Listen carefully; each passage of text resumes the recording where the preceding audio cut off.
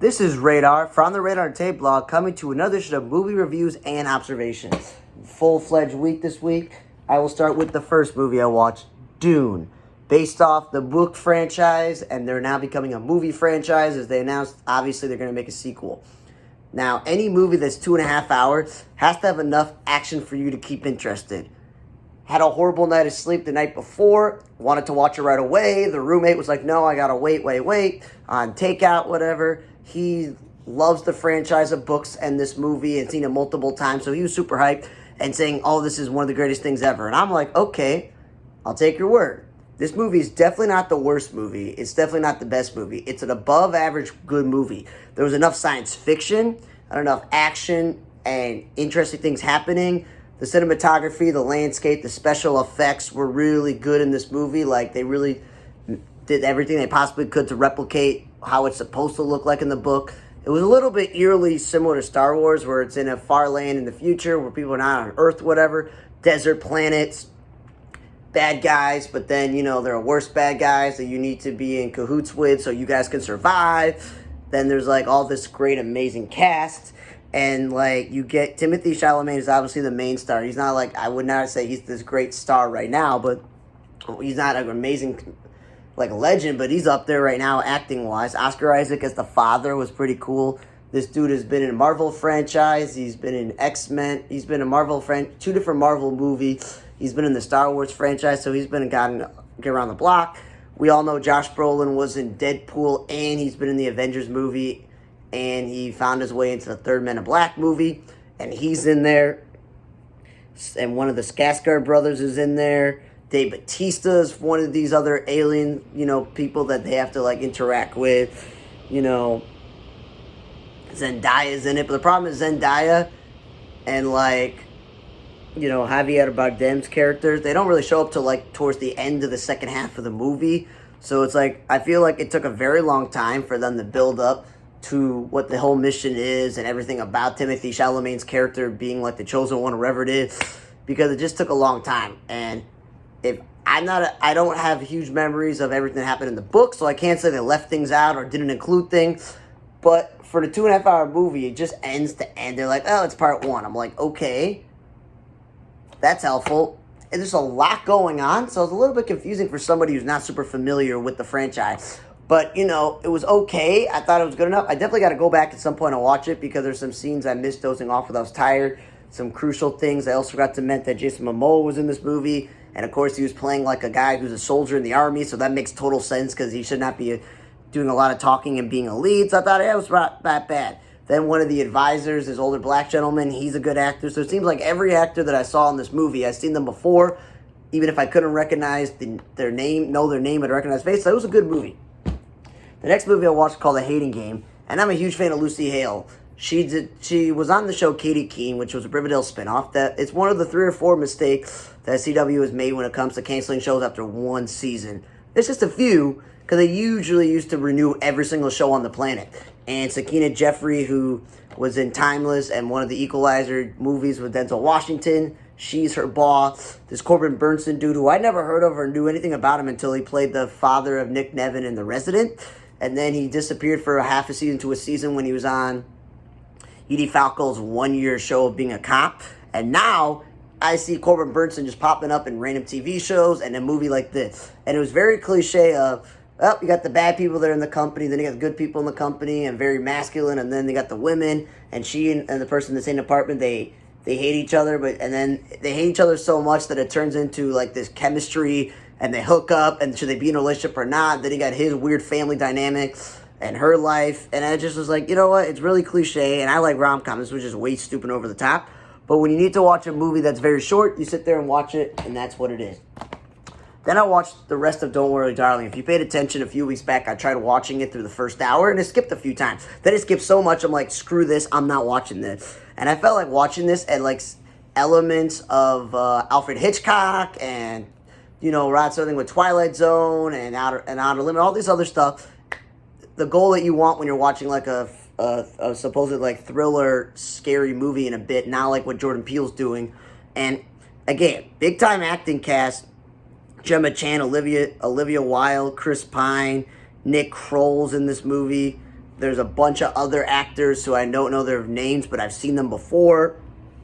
Harry Styles jumping into the Justin Timberlake lead of a boy band turned actor after being a solo artist. And I like this. Florence Pugh as the lead, that's why I'm mentioning her now.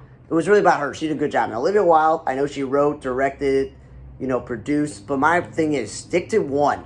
Either write the script and let someone else direct, or direct said movie, or just act in the movie. I feel like it was a little bit too much because this wasn't an automatic 5 out of 5. But it was very intriguing because it's like figuring out what is going on here. You're trying to figure out yourself. Is this real life? Is this just taking place in the past? Does it take place in the present? What is it? What's going on? Because life can't be perfect, because she starts questioning things at some point during the first 30 to 45 minutes, and that's when it starts getting better, and that's why when we're skipping, I was like, come on. And so I'm watching this fully for the second time to get through it so I can actually know what's going on, because it was skipping and I didn't watch it, and you're just like, come on, let's figure out the truth, And that's the type of movie you want. You want to figure out the truth, and you want the protagonist in the movie to succeed and do well. And I was like, yeah, I really like this movie. I thought it was pretty good. I just, little things here and there that don't make it a perfect movie, but also, again, being 2 hours plus, that's what happened. Then I watched another movie that I'll say this. What's up with animes being 2 hours? A lot of the best animes that I've seen, they're usually 80, 90 minutes to 140 to 150. The ones that are like 2 hours, like My Hero Academy, it's literally them saving the day and there's a bunch of action and fighting scenes. But this was literally a drama where, people have heard of Hunter Schafer, Manny Jacinto, Chase Crawford, and it's Kylie McNeil, for example.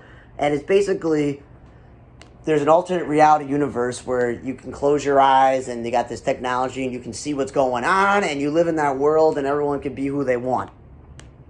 Some glitch happens and she gets this gorgeous, AI, simulated character, and she has the confidence to sing even though her mother passed when she was young and she couldn't sing. And they literally go, yeah, her mother decided to, when there's a total group of strangers near like the river, ocean, whatever, pond, whatever, not pond, but like riverbed, whatever.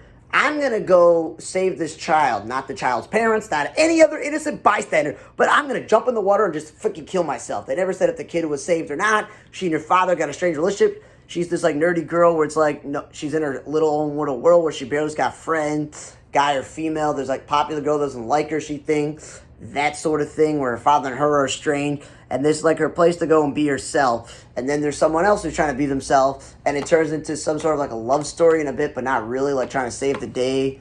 Where it went from, have to get out of your own way and be your true self. You don't need to hide behind a computer screen and do this other stuff. And then it's turned into saving these kids who were being abused. And I was like, okay. But again, it doesn't have to be 2 hours plus. That's why it was like an okay movie that just seemed to drag on with extra stuff.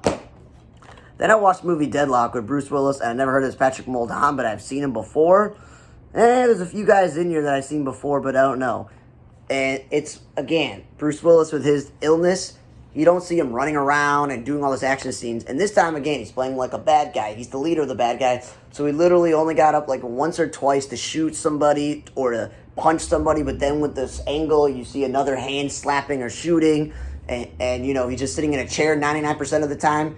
And he's just like, I'm going to play a terrorist where we want revenge for my sons and all this other stuff. So we're going to cause like Hurricane Katrina with the dams in Georgia and a hostage situation where kids are on a field trip. And this guy is supposedly a ranger, the guy, Patrick Muldoon, he's got to save the day with the security guard. I was like, okay, cool, save the day. There was some interesting dialogue, but not great dialogue. There was okay dialogue, not the worst, corrupt cops, whatever. It was okay. It's just a typical cliche action film of Bruce Willis that actually came out last year, so it's not that old. But it was okay. It wasn't the greatest, but it was okay.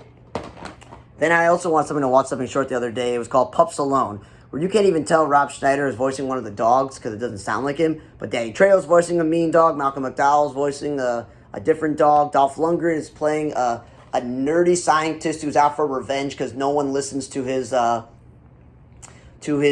ideas.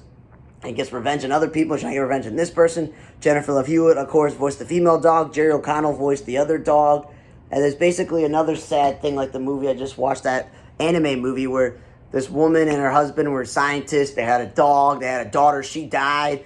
Things were estranged. And I thought it was maybe her father-in-law that was estranged. But it was, her father. So the daughter, so the husband who's still around and the daughter, she wants her grandfather around. But the father don't get it. No, it's the father and the son. It doesn't make any sense. But that's whole movie, like, he's so focused on finishing all the projects they filled, and never there for the daughter, and the dog is, and they move to a new town, and they meet new people, and he's got to get out of his shell, maybe date, meet some other people, yada, yada, yada. You know, Dolph Lundgren's out to get him, and you don't know it, and I'm like, why is Dolph Lundgren wasting his time? It's one thing to ask, like, Jennifer Love Hewitt, Jerry O'Connell, and even Malcolm McDowell to voice, you know, thing, but Danny Trejo, Rob Schneider, pretty big actor. And it's like Dolph Lundgren's playing an evil, menacing guy like Ivan Drago, but as a scientist who hires dumb idiots. And this Turturro guy, you know, Nicholas Turturro is one of the dumb idiots who's the henchman who seems to keep failing his job. Eric Roberts is in it. Danny Trejo's in it. As I mentioned, and Keith David. So it was like a lot of good cast for a kid's Christmas movie. It was all around Christmas, and the doll's got to save the day. So it's a typical kid's movie where it's like non-realistic and stupid, but again, it's a kid's movie. And then, the last movie I watched, I was about to watch a 2-hour movie while I pass over clean, but then I was like, yeah, I don't know. So I started watching this movie called The Humans, where it said it's based on a Tony Award-winning play. So I'm like, I've seen a lot of those where you could just imagine sitting in an audience and them just doing it on stage. So literally, it was just them at a Thanksgiving table in, like, I guess, a multi-level New York apartment where Richard Jenkins is like playing the cranky, ornery old dad who's judgmental of his kids. Then he's got his wife, who I've never heard of, and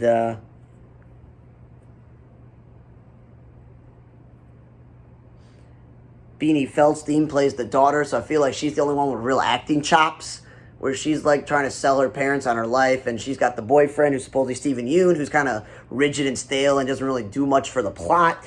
June Squibb plays like an old crazy lady in a wheelchair who keeps disappearing and having other issues. And they're just like talking about life and other things. And he's like, oh yeah, I cheated on your mother. Oh, what's that crazy lady making noises upstairs? Oh yeah, what is that over there? All the light bulbs are going out, all this other stuff. And I'm like, this is literally dry and boring. And then someone tells me that you look at the box and say Amy Schumer's in this movie. The movie was so horribly lit as the plot was all these light bulbs are going out. But whoever filmed this goes, yeah, let's continue to have such horribly lit movies where you can't even see Amy Schumer. And then when she was talking, I could barely tell it was her. Like, it was just bad writing and stuff. And supposedly she's playing like the lesbian sister who can't get a girlfriend. And I'm just like, okay. Again, this was such a waste of a movie. I don't get how it's certified fresh. You know, it was just okay. So obviously I think the best movie I watched this week was Dune because it was so cool and science fiction-y. But don't worry, Darling was pretty good too. If I were to say something next, I would say Bruce Willis. Even though it's a cheesy action film where the children's pupped alone. The Hating Game, even though it's like a cheesy rom-com, it's watchable. Same thing with Belle. It's just really Humans that's not watchable. Thanks again for listening to another edition of Movie Reviews and Observations, number 155. For On the Radar and Tay blog, I'm Radar. See you guys next time.